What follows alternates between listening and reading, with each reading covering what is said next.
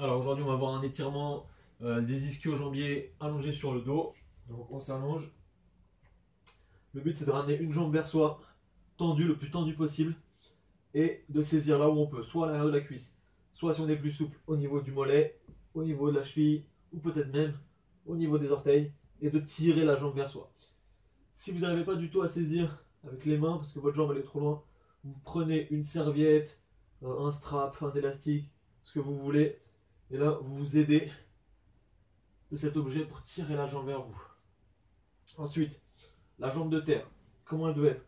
Elle doit être le plus tendue possible. Si vous n'y arrivez pas, si votre jambe elle est comme ça, un petit peu, ou que la hanche elle part en rotation externe, vous fléchissez le genou, vous ramenez le talon vers la fesse. Vous pouvez l'effectuer comme ça au début, et tranquillement vous progresserez à l'étirement avec la jambe tendue.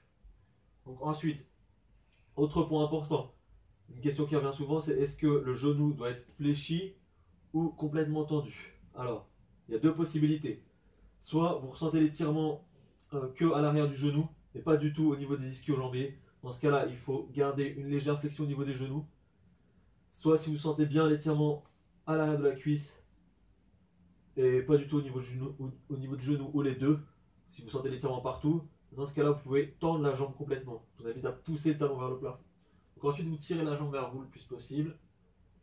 Il faut que ça reste confortable comme d'habitude. Qu'est-ce que ça veut dire relativement confortable dans un étirement? Ça veut dire qu'on a la capacité de respirer profondément. D'accord? Vous devez prendre des respirations amples. Si vous n'arrivez pas à prendre des respirations amples, vous devez diminuer l'amplitude de l'étirement. Ensuite, il faut faire attention à ce que la jambe ne soit pas vers l'extérieur, vraiment de face. Et là, vous tirez et vous restez une minute dans la position. À la fin de la minute, vous allez travailler de manière active. Vous allez lâcher votre jambe et essayer de la garder en place. Il ne faut pas qu'elle revienne vers l'arrière, il ne faut pas qu'elle redescende. Vous gardez également le genou verrouillé si vous avez choisi cette option.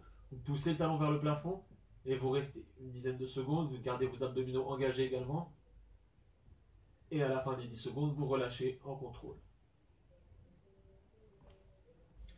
Voilà, j'espère que ça vous aura plu, que ça vous aura aidé. Et je vous dis à bientôt pour une nouvelle vidéo.